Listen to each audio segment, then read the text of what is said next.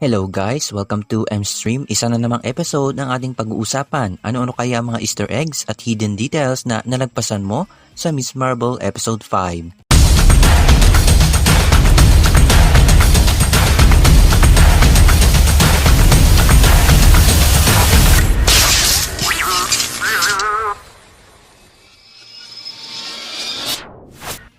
Shoutout sa ating streamer na si Lina Gado.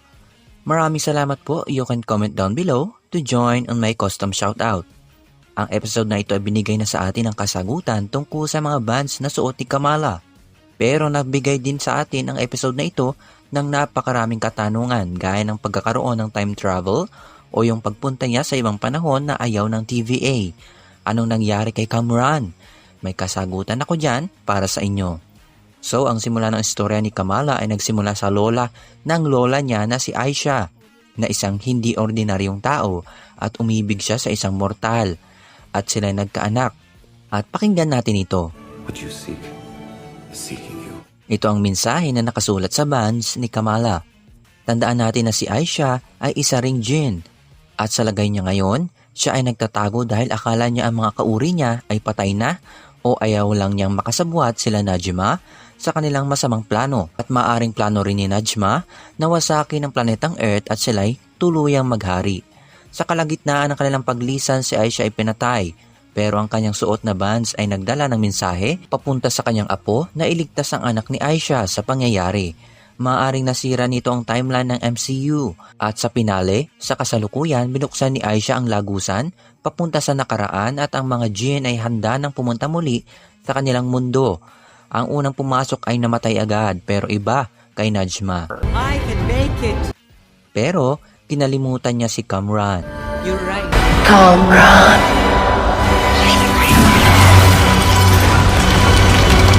Ang kapangyarihan ni Najma ay napunta kay Kamran katulad ng nasa comics. Nakita si Kamala ng kanyang nanay na may kapangyarihan siya at ang una niyang sinabi ay, Who is that? sa comics nalaman ng kanyang nanay ang kanyang kapangyarihan halos ilang buwan pa. At noong nagpapaalam si Kamala kay Karim, binigay ito sa kanya na maaaring maging parte ng kanyang superhero costume. At nakita natin ang kanyang nasirang kwintas na halos kamukha ng logo ni Ms. Marvel. Ating pag-usapan kung ano nangyari sa time travel ni Kamala. Changing the past doesn't change the future. If you travel to the past, that past becomes your future. And your former present becomes the past, which can't now be changed by your new future. Nakakalito. Okay, basically, noong nag-time travel ang mga Avengers sa Avengers Endgame, naglilikha ito ng branch timeline gaya ng nasa Loki series at ang mga TVA police ang nagbabantay nito. Ang rason sa multiverse kung bakit napakarami ay dahil mayroon ding napakaraming desisyon at bunga na maaaring mangyari. Kaya kung ang isang bagay na nangyari sa isang panahon, dapat mayroon din ang ibang panahon. Pero nakita natin dito sa episode na ito ay ibang version ng time travel kung saan hindi mababali ang batas sa time travel. Ito yung flat circle time travel kung saan ang isang fourth dimensional being ay uobserbahan ng ating panahon. Hindi nila makikitang diretso ang oras natin. Makikita nila itong tuwid na hugis bilog at masasaksihan nila ang iba't ibang pangyayari na naaayon sa kanilang pagkakasunod-sunod. In short, wala ka ditong makikitang sanhi at bunga. Mangyayari sila at mangyayari. So nangangahulugan na ang mga jinn at ang North Dimension ay nakapaloob din sa time at space. At kung may katanungan man kayo sa episode na ito or may nalagpasan ako, comment lang kayo dyan sa baba.